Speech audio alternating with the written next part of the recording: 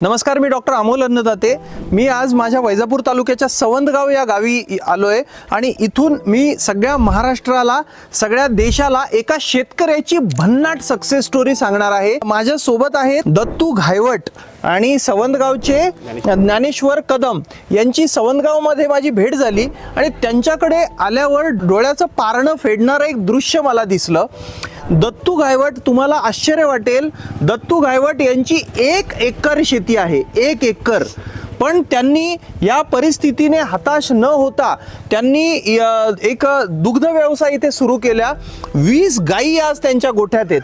पहाटे 4 वाजल्यापासून ते रात्री 12 वाजेपर्यंत अहोरात्र हे मामा आणि भाच्या आहेत। मामा भाच्यांची ही कहाणी आहे। हे दोघे या स्वतः गायींची सेवा करतात, दूध काढतात आणि दररोज 300 लिटर दूध हे डेअरीला टाकतात आणि या माध्यमातून फक्त 1 एकर शेती आणि ह्या 20 गायी याच्या माध्यमातून हे माझे 2 शेतकरी भाऊ महिन्याला 2 लाख रुपये महिना कमवतात। 2 लाख त्यांच्याकडे आज, म्हणजे तो बंगला त्यांचा आज मोठा भव्य बंगला बघून मी इतका खुश झालो, इतका मोहरून गेलो। कोण म्हणतं की माझा शेतकरी हा श्रीमंत होऊ शकत नाही?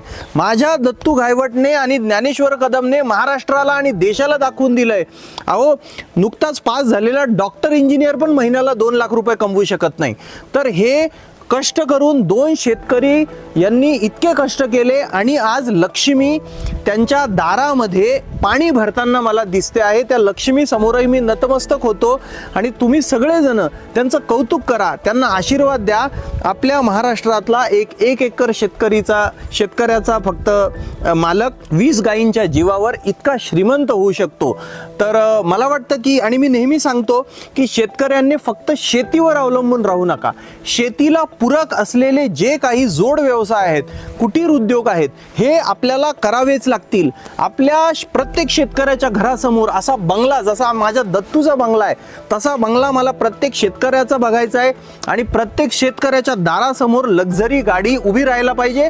हे शक्य आहे, हे माझ्या वैजापूरच्या या 2 शेतकऱ्यांनी दाखवून दिलं। ही स्टोरी तुम्ही जास्तीत जास्त महाराष्ट्रातल्या शेतकऱ्यांसोबत शेअर करा आणि तुम्हालाही असा व्यवसाय उभा करायची इच्छा असेल, शेणखतही ते विकतात, म्हणजे एकही गोष्ट इथली वाया जात नाही, तर नक्कीच तेही तुम्हाला गाईड करतील। मला वाटतं की आपल्या 2 शेतकरी भावांसाठी भरपूर कौतुक आणि भरपूर शेअर आणि भरपूर कमेंट्स होऊन जाऊ द्या। धन्यवाद।